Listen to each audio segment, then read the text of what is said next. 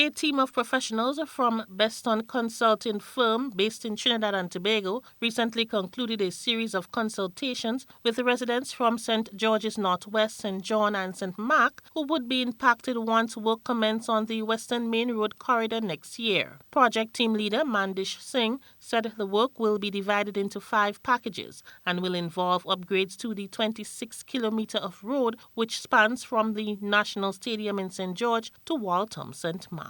Progressing on from there, we will have packages of work, as Kishan has alluded to. We've split the project into various packages and getting tenders for those out early next year so that we can get construction started probably around about April onwards for the other packages.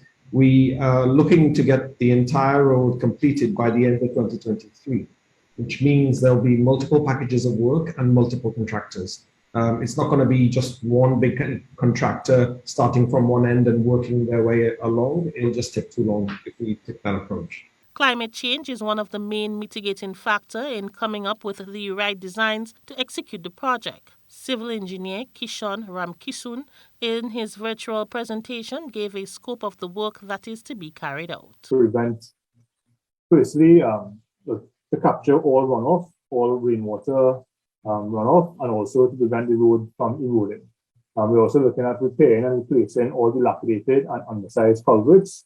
We're also proposing channel protection works for rivers and streams in terms of placing material so that the foundations of those structures would not be eroded. We're also looking at vegetation maintenance so that during storms or whatever the case may be, in terms of rockfall, so you won't have that blocking of the roadway in the future.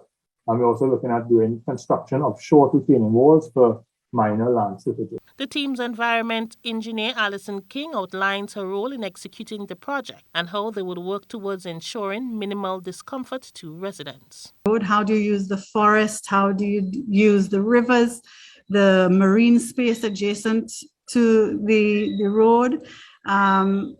What concerns you may have in relation to those services, and how you would recommend that we mitigate those possible impacts.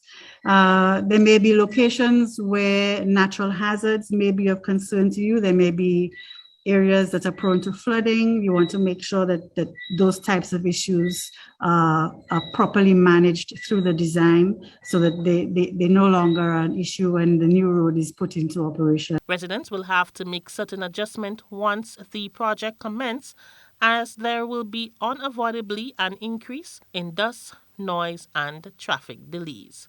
For GBN News, I am Rena Thomas reporting.